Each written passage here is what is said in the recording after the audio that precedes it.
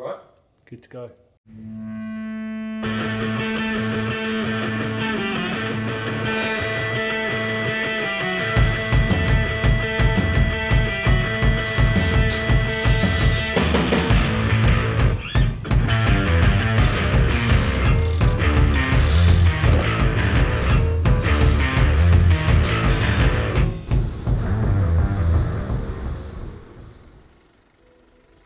Being asked to attempt the most epic photo shoot ever on a smartphone in Pinewood Studios, shooting Lashana Lynch, the new 00 agent from the James Bond film, it was surreal. For this shoot, we were using the new Nokia 8.3 5G, which is available to pre-order now, and it has some of the most insane camera specs built into a smartphone, like ever. Being a street photographer, being like an Instagram photographer, not used to being on big film sets and big studios and things.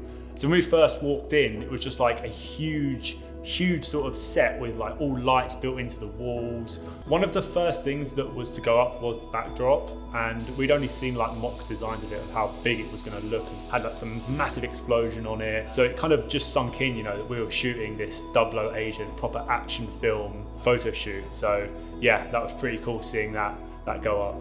After the backdrop went up, they had the lighting guys in to basically fit all the lights to the ceiling, get all the soft boxes in place, all the side lights and everything. So it was pretty crazy as well, seeing how many lights I had at my disposal, because I'm just used to having one softbox in my office, but having all of those different lights to play around with, one's built into the ceiling, one's built to the side, one at the backdrop, and then we had like a massive sheet softbox behind me, which will be facing Lashana in the photo shoot. You know, I had a lot to work with, and the lighting guys were really helpful because, you know, they gave me some input on what they thought would look good, what they thought, you know, would be the best option, the best color kind of profiles to put the lights in. So right now, currently putting up this big like softbox on the roof to diffuse those like really strong blue lights to make it look like a sort of nighttime moonlight effect. At the back here, we've got these sort of orange beams coming down above the explosion to make it look like the explosion's like just happened, super fresh, and then we've still got that sort of nice snowy nighttime moonlight over the top of the whole scene, reflecting off the cars, off of Lashana and on the bike. Props wise, there was a lot of props, more than I actually expected. We had all this like sort of rubble, parts of like a plane crash, propeller, like a I don't even know what it was, like a generator. Positioning the cars was quite a tricky one because the cars were huge, and I underestimated how big they were actually going to be. So it was quite tricky getting them all in place. You got to remember, Lashana was like the main focus of the image. Where she was going to stand was sort of like my main focus, because I didn't want, you know, the cars distracting from her. So I had to position the cars, well, I didn't actually have to position them. The guys on set had to position them in like a certain way that one was kind of off-centered, but I didn't want the cars to be sort of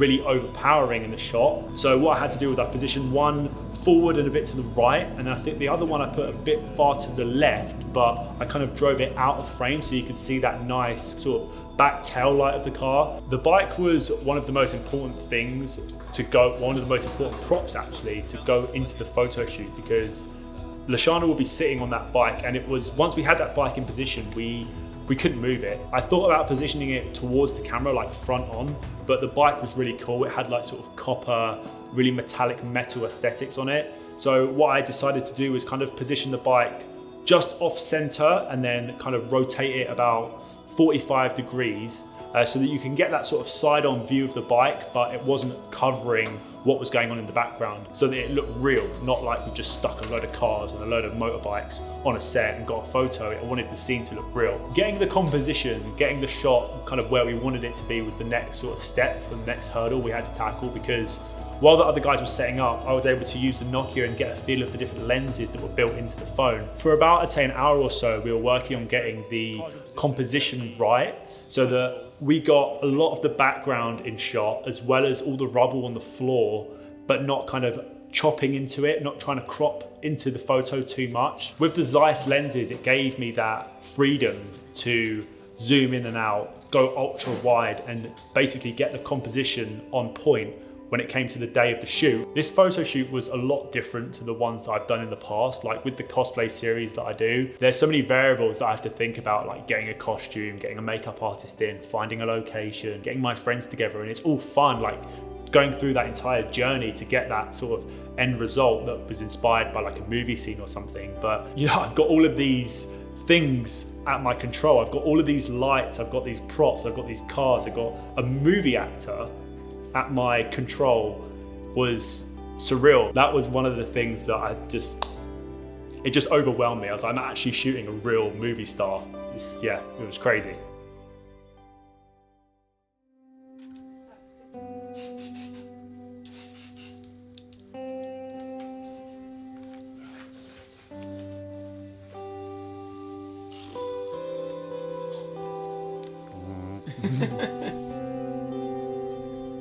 The next day I was pretty nervous. I think it was more or less sort of me trying to get that photo exactly how I envisioned it. I was able to breathe a bit because I knew that the composition was right. The only thing that I had to tackle in the morning was the lighting situation. When I arrived on set the next morning, I needed to make sure that, you know, I could get these photos on point.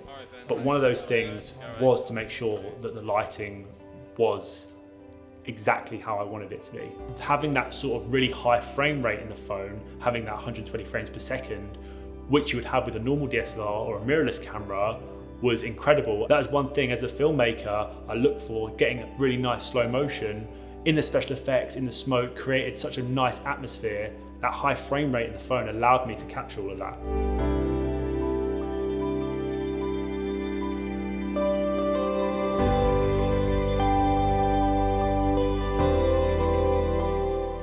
Trying to figure out where to put the sparks, because I really like the way that the ambience of this backlight kind of looks like fire. It looks like kind of like a crash scene. Just trying to figure out where we can actually position them so that it looks more natural, looks more realistic, looks more like a crash scene sort of set. We're getting there, we're getting there. This backlight here I really like because it looks, again, like the rubble's on fire, like there's a fresh crash. Spark machines, they had dry ice, they had like a huge smoke machine, which was nothing again compared to what I've used before. It made the whole thing come to life. And then when you kind of switched on the headlights, when you had the lights under the cars, you got those really nice beams coming through. So I think at the end, it all sort of came together once the special effects guys came into set. So here we're using the dry ice to completely obscure the floor. They can create eddies and kicks through the smoke.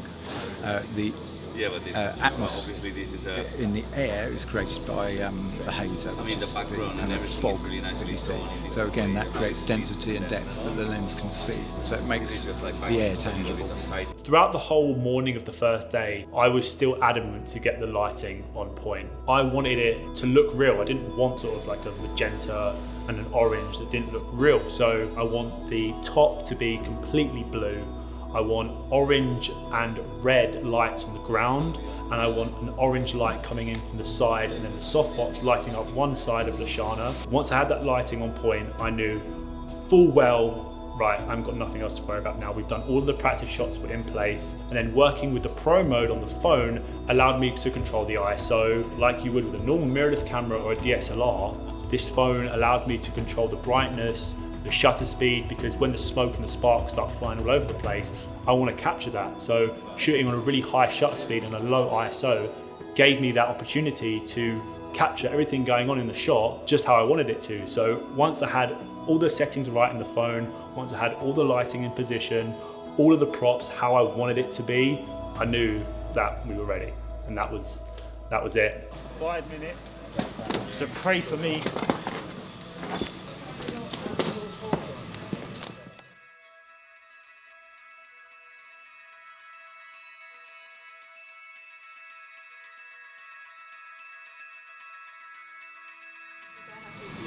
Yeah, it's good.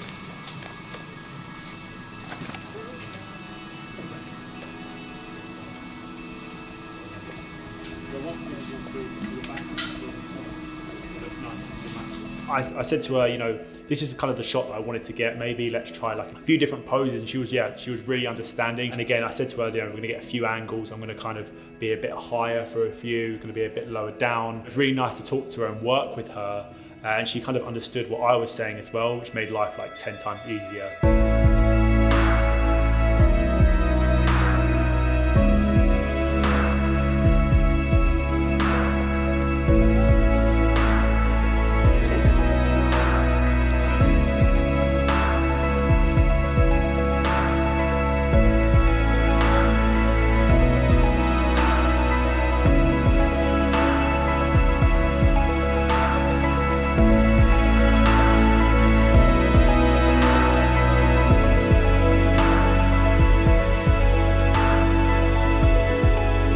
It's amazing seeing a concept turning into reality. Like, we had all of these mock-ups before we went to the photo shoot of how it was going to look, and I think I had this vision in my head of how I wanted it to look. So when the photos finally were on the phone and I saw them for the first time, and I think, you know, that's all part of photography.